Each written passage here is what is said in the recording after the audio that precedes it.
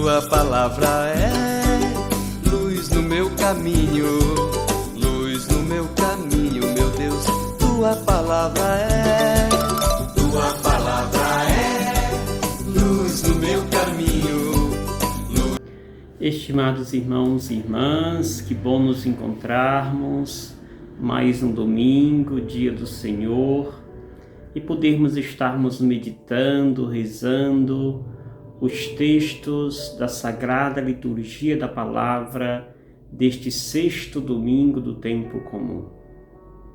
Paremos um pouquinho, deixemos que a Palavra de Deus possa ecoar dentro de nós e seja ela um farol na nossa vida, para que assim busquemos agir neste mundo baseado sempre na sua palavra.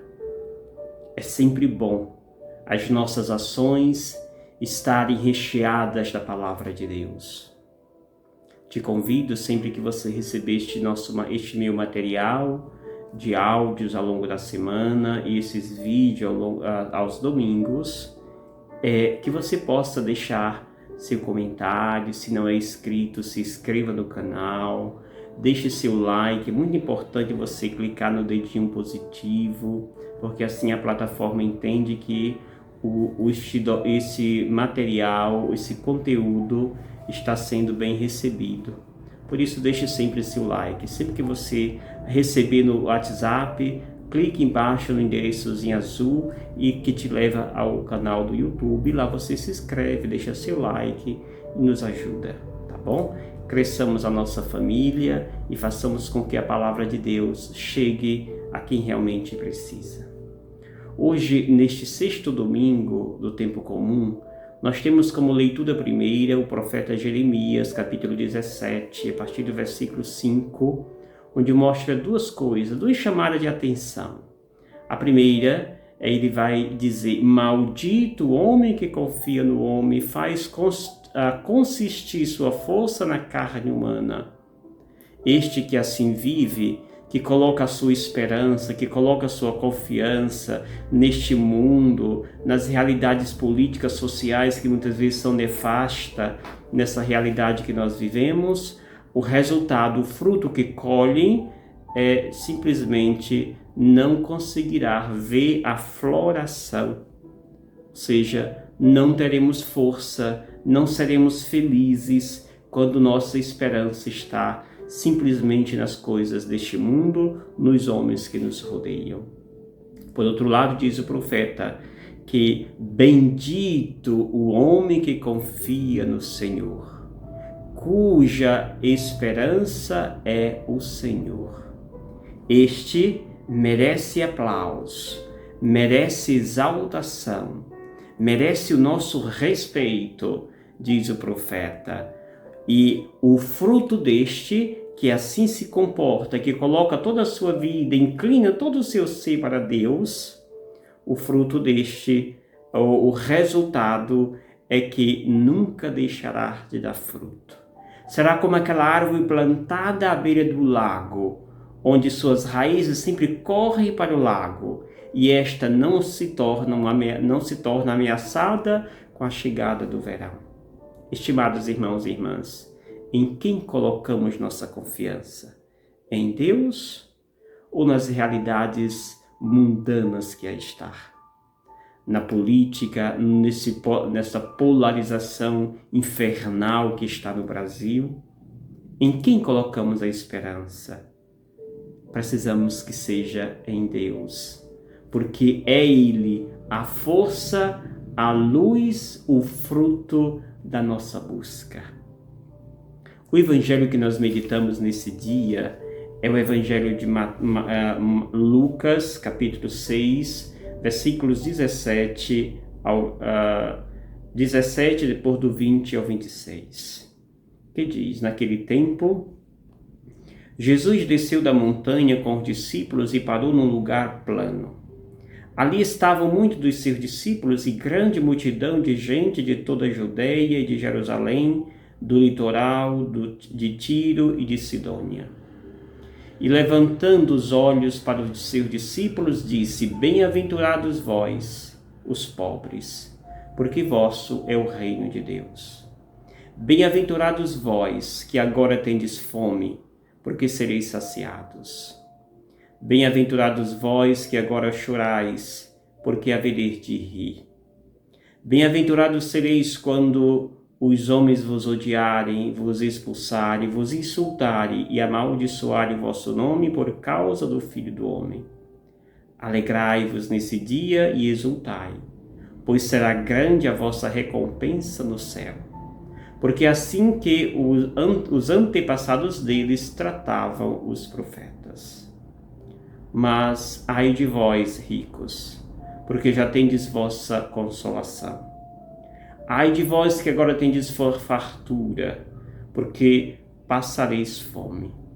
Ai de vós que agora rides, porque tereis luto e lágrimas. Ai de vós quando todos vos elogiam. Era assim que os antepassados deles tratavam os falsos profetas. Palavra da salvação. Glória a vós, Senhor. Jesus é muito claro nas suas palavras. Não precisa de arrodeio, não precisa de enfeite, precisa apenas ser claro e categórico. E não existe uma clareza categórica tão evidente como esta que apresenta Jesus. Mateus apresenta 8 ou 9 bem-aventuranças na montanha, no Sermão da Montanha. Lucas nos apresenta 4 bem-aventuranças, não na montanha, mas na planície. Essas 4 bem-aventuranças de Lucas correspondem às 8 de Mateus. E aqui Jesus, ele destina suas bem-aventuranças. E os destinatários das suas bem-aventuranças aqui em Lucas são os pobres, são os famintos, são os aflitos, são os perseguidos. Estas pessoas são aqueles que se destinam a receber esta mensagem. Jesus não está privilegiando este grupo, esses grupos de pessoas. Mas Jesus percebe que esses grupos, esses 4 grupos de pessoas, eles se enquadram naquilo que Jesus deseja. Ou seja, o objetivo de Jesus é levar a palavra de Deus a quem está aberto para acolher.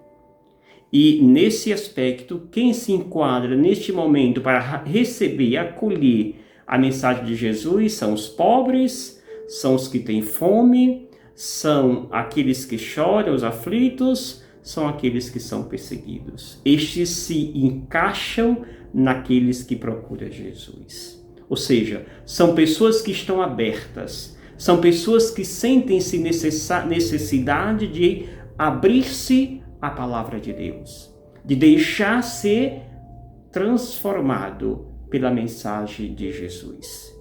E Jesus aqui diz o Evangelho, ele volta os olhos para os seus discípulos e para a multidão, para que esta escute a sua mensagem. E aí Jesus vem dizer, bem-aventurados os pobres, bem-aventurados os que têm fome, bem-aventurados os que choram, bem-aventurados que são odiados pelos homens.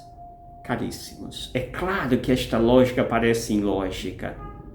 É claro que dizer que felizes são os pobres, felizes são os que passam fome, felizes são aqueles que sofrem, choram, felizes são aqueles que são perseguidos, parece uma grande contradição. Parece apenas. Jesus está dizendo, vocês que têm fome, vocês que nesse momento são pobres, vocês que neste momento são perseguidos, vocês que choram, felizes são vocês. Não porque são pobres, não porque nesse momento passam fome, não porque choram, não porque são perseguidos, mas porque alimentam uma grande esperança. A esperança de que a pobreza não irá consumi-los. A esperança de que a fome não vai destruí-los. A esperança de que o choro não será o fim. A esperança de que a perseguição não vai demoli-los. E justamente por que não é o fim? Por que não vai destruí-los? Porque existe uma segunda, terceira pessoa que está a protegê-los. Esta terceira pessoa é Deus. É Deus que alcança o coração do pobre. É Deus que alcança o coração de quem passa fome. É Deus que alcança o coração de quem chora. É Deus quem alcança o coração de quem é perseguido. Amados, diante de um mundo que parece tão indiferente, tão conturbado, tão distante daqueles que passam todas estas mazelas aqui descritas, Deus não é indiferente. Deus não coloca uma venda no rosto para não ver este sofrimento. Deus está muito atento. Por isso você que passa por essas necessidades sociais, sociológicas, espere em Deus. Se as respostas dos homens não são suficientes, a de Deus é mais do que suficiente. Felizes quer dizer, você é meu predileto. Você é meu escolhido. Feliz é dizer, os meus olhos estão atentos a você. Os meus olhos percebem você. Isto é o sentido de felicidade. E é isto que está dizendo Jesus para aqueles seus prediletos. Segunda e última parte do Evangelho, Jesus vem trazer aqueles 3 famosos ais. Ai de vós ricos. Ai de vós que tendes fartura.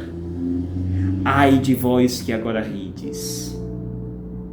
Porque vocês que são ricos já têm a vossa consolação. Vocês que agora tendes fartura, passareis fome. Vocês que agora rides, ei que ireis chorar. Vocês que agora são elogiados, cuidado, era assim que eram tratados os antigos profetas.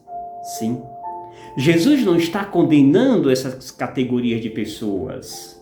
Está dizendo Deus, se insistirem em permanecer no lugar que estão, não vereis a glória de Deus. Sim, se nós insistirmos em permanecer no mesmo pecado, em insistirmos em permanecer na mesma teimosia, é claro que não tem chão para nossos pés.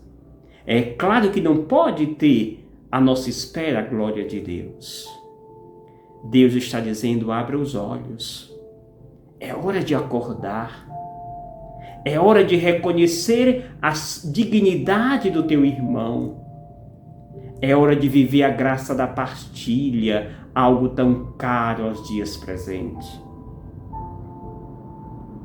Recorramos à palavra de Deus e deixemos que sua palavra nos transforme especialmente o nosso coração.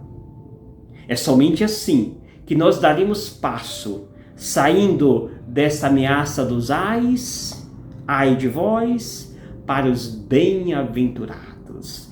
É o caminho que nos convida Jesus. Sair do caminho da ameaça, dos ai de vós, e chegarmos no caminho dos bem-aventurados. Aqueles que têm um coração aberto a Deus, aqueles que reconhecem a grandeza e o poder do Altíssimo Senhor. Concluo esta mensagem com a recordação de Paulo. Domingo passado falava ele na carta aos Coríntios do querigma. Hoje Paulo vem reforçar o querigma e confirmar que Cristo ressuscitou. Não é mentira, é verdade. E aí ele vai dizer, se vocês dizem que Cristo não ressuscitou, vão a vossa fé. Mentira é a vossa fé. Porque Jesus sim ressuscitou dos mortos como primícia dos que morreram, ou seja, foi o primeiro a ressuscitar.